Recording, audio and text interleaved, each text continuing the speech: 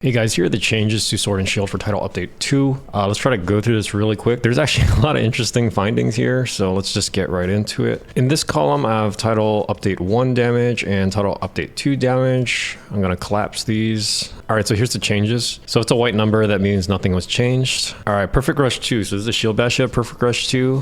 I got a buff, 9% buff, pretty substantial. All right, so the biggest change to Sword and Shield, we're just going in hot here, is Perfect Rush 3. So Perfect Rush 3 has 5 hits. It has like a big hit right here, so it's 205. It has kind of like another hit that's not a tick hit, but it's not a big hit, and that was 69.4. And then it has 3 tick hits that are all the same motion value. And in Title Update 1, that was 57.4. That got a whopping increase to 90.8. And I believe that's like a 58% damage increase. And that's a lot. 58% increase is kind of unheard of. So the TLDR is Perfect Rush is really, really strong now. We'll go to the DPS in a second. But let's just get the rest of the motion value tweaks here. All right, so in the patch notes, they said they were going to nerf counter slash, and they did. Yeah, the motion value is only 50 now. I believe it was like 60 or 65, so this is actually a pretty substantial decrease for counter slash. But it is still the best in slot response after a perfect guard. I mean, there's nothing else you can really do out of a perfect guard. So, all right, next here we got chop and side. They actually mentioned in the patch notes that they were going to nerf this. The question was how much they're going to nerf it. They actually decreased the motion value of these two moves by only 1, so it's a slight nerf here, 57.9 to 55.6, 55.6 to 53.2. Again, very small. The last change here, this actually caught me by surprise. I don't believe this is in the patch notes, so somebody correct me if I'm wrong, but I believe they buffed significantly the Corrupted Mantle hits. I have 2 data points here. This one is for a purely raw weapon, and this one is for an elemental weapon. And we can actually look at what the changes were here. So if we unhide this, I believe the motion value in Title Update 1 was 6. They increased that to 7, according to my calculations. And they actually changed the elemental motion value to 1. And I believe it was only 0.3, which is a very, very big increase. So when we go over to the DPS, you'll see why. And yeah, this checks out. So now it does 26.4 damage with this build, whereas in Title Update 1, Corrupted Mantle hit would only do 17.2 damage. And for the raw weapon, it went from 5.1 to 5.9 damage. So coming off the Corrupted Mantle buff, again, I'm double checking this because I don't know if this is a bug, because they didn't mention it in the patch notes that they were going to buff Corrupted Mantle hits. And this seems really strong.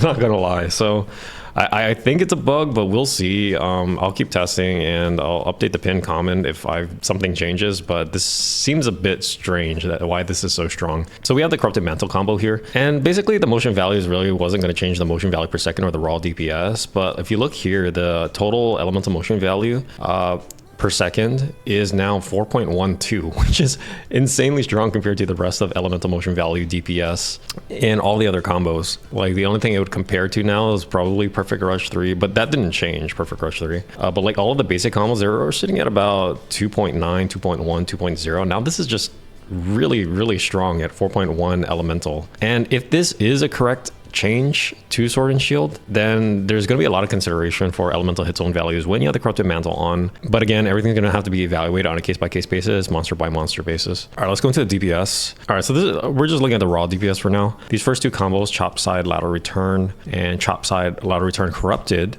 they went down a little bit for the raw DPS. Again, the motion value went down by 1 for the chop in the side. They're pretty much the same though.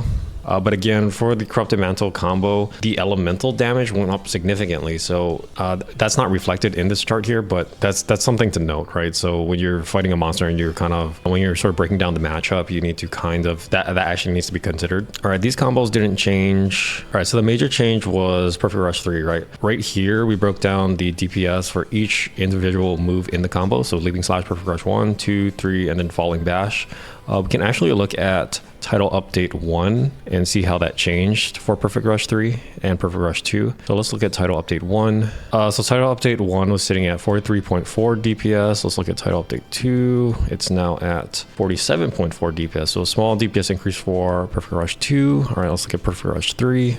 So it had a DPS of 119.3 motion value per second. What is it now? It is now 149.6. That's really, really big DPS increase. So the TLDR is Perfect Rush is back back on the menu, you should really be trying to find as many opportunities to do Perfect Rush, but not just Perfect Rush. You want to make sure you get off Perfect Rush 3 because Leaping Slash, Perfect Rush 1, Perfect 2, they're kind of whatever. That all that damage here is backloaded into Perfect Rush 3, which is what I recommended Capcom do at the very beginning when Monster Hunter Wilds released. I was just wondering why don't they just backload the damage?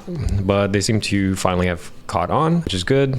Like I mentioned in my predictions video, you want to see if there's any downtime opportunities that the monster forces upon you. And then for a downtime reopener, you want to see if you can get in your Perfect Rush 3. And one thing I've been experimenting with is doing a failed Perfect Rush 1 and a failed Perfect Rush 2. And by failing, I mean like pressing the button too early such that it doesn't hit the sweet spot so that I can get to Perfect Rush 3 faster. Because if you can reopen on Perfect Rush 3 and you're actually able to get it off, that total damage and DPS could be much greater than if you actually tried to get in your Leaping Slash, if you tried to get in your Perfect Rush 1 or your Perfect Rush 2. But if we look at the full combo here, backstep, Leaping Slash, Perfect 1, Perfect 2, Perfect Rush 3, Falling Bash, that DPS is now 64.3, and that is actually greater than the Corrupted Mantle combo in terms of raw damage. Now, again, we have to look at whether those elemental changes to the Corrupted Mantle ticks are, one, correct, and two, if there are matchups that is consequential. So again, that has to be evaluated on a case-by-case basis. But for now, it's safe to say that if you just do Perfect Rush, and again, most important is get your Perfect Rush 3 off. If you just get stuck doing up to Perfect Rush 2, but you don't have enough time to get Perfect Rush 3 off, then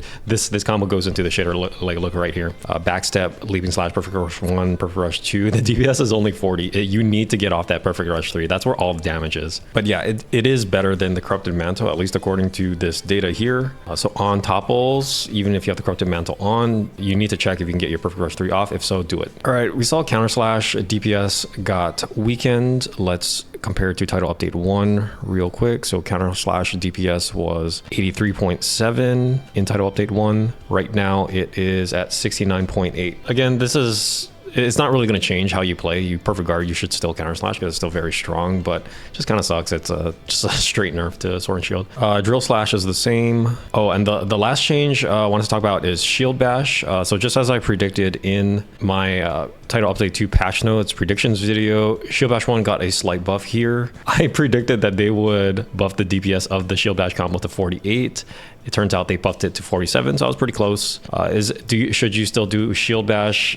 Not really, because you have the lateral return round slash combo at 57.6 DPS, and the Shield Bash combo, it's at 54.8. This is if you add the Spinning Reaper, right? So Shield Bash 3 plus Spinning Reaper. The thing is, though, after the Spinning Reaper, you cannot really chain it into anything, so it's still not good. So that's kind of like two reasons why you shouldn't really do it. Again, like I said in my predictions video, prior to the actual update, you do want to do Shield Bash just to get that little extra stun in case your upward bash, your falling bash, or your Perfect Rush bashes did not secure the KO for you. This is just like to get a little extra bash damage in. One thing I'm not sure of is the actual stun values for the KO. We can wait for the data mine on that. All right, that's pretty much it. I'll probably try to do Dual Blades next, and then because Dual Blades had a lot of changes. Hope you guys enjoyed. Thanks for watching.